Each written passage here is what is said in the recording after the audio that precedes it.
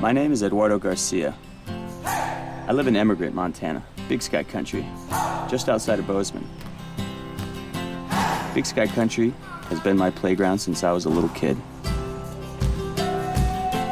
At 18, I spent 2 really busy years going to cooking school in Seattle, and one day I got a phone call, and it was an offer I could not refuse. At 20, I was a classically trained chef cooking on these multi-million-dollar luxury yachts. Every chance I got, I jumped ship, I headed out, and I explored the country, the people, the places, and the culture, always through its food.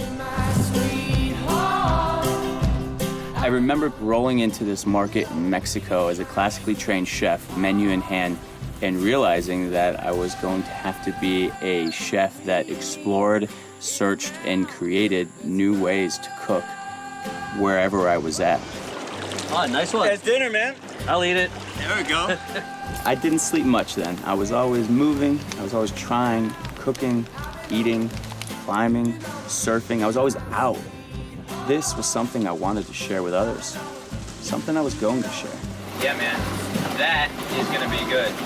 This is what it's all about. It's coming out here, hanging with good buddies, being active, and enjoying really great food. Yeah, perfect. But sometimes you get a curveball.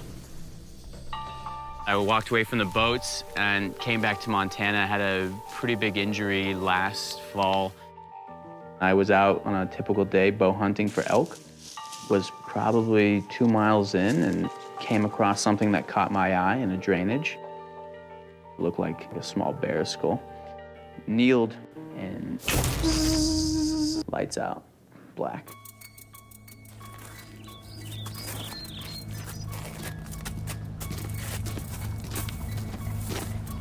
The next memory I have from getting to my knees was the sound of gravel, like feet shuffling on a road, on a dirt road. Oh my God, I got electrocuted. This thought in my brain was, you're getting help. Don't stop walking, don't stop walking, don't stop walking.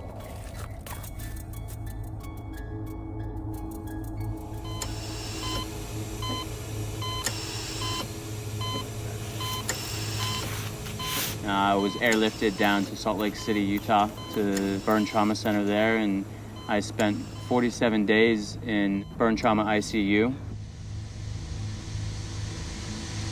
Being alive with few handicaps is much better than being dead. That's for sure. That's for damn sure.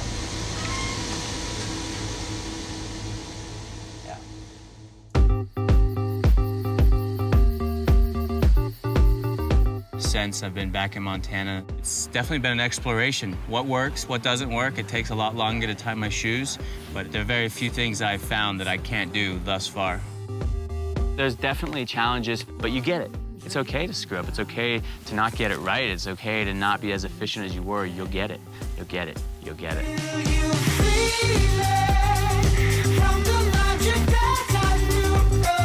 Persistence definitely pays off.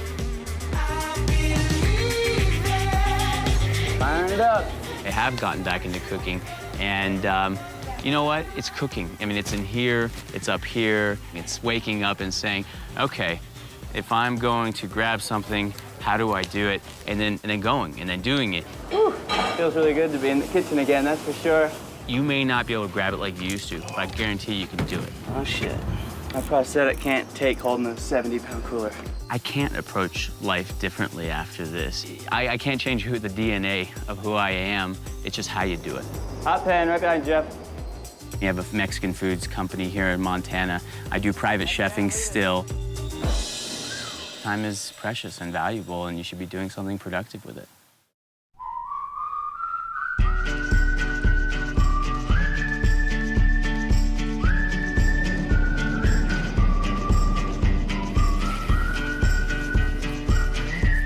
It is bird hunting season. I have this dish in mind of doing pheasant. Most of the ingredients I need for this dish I can get right here if I know where to look and know where to find them. Montana prepared me well.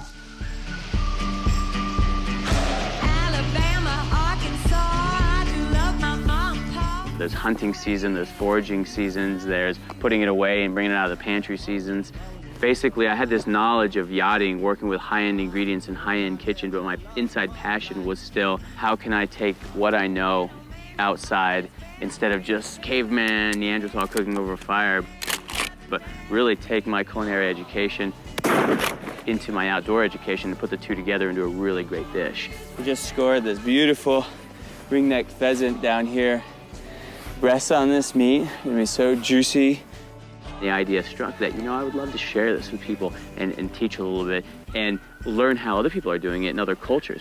The rose hips. A lot of people may walk by bushes like this and think, oh, that'll kill me, that'll kill me, that'll kill me. But when you know it and you look around, there is so much edible food out here, even in the middle of winter. Traveling is food-based. I mean, first and foremost, I will eat 10 meals a day because there's a limited amount of time to taste the culture here and soak it in. And food is the pathway into that country. That is really good. A little bitter, a little sharp, still a little buttery. This is a really good patch of cress and it'll go great in our meal for sure. Some nights I stay up, cashing in my bad luck. In moving forward, I feel a sense of urgency to milk the pulp out of life. You better get every single drop out of what you got. Anymore.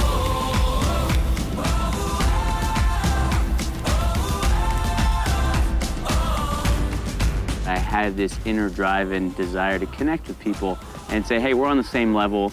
Who are you? This is me. Let's share. Let's connect. Let's have a meal. I'm Julia Garcia. I think more people need to know how to do this and eat together.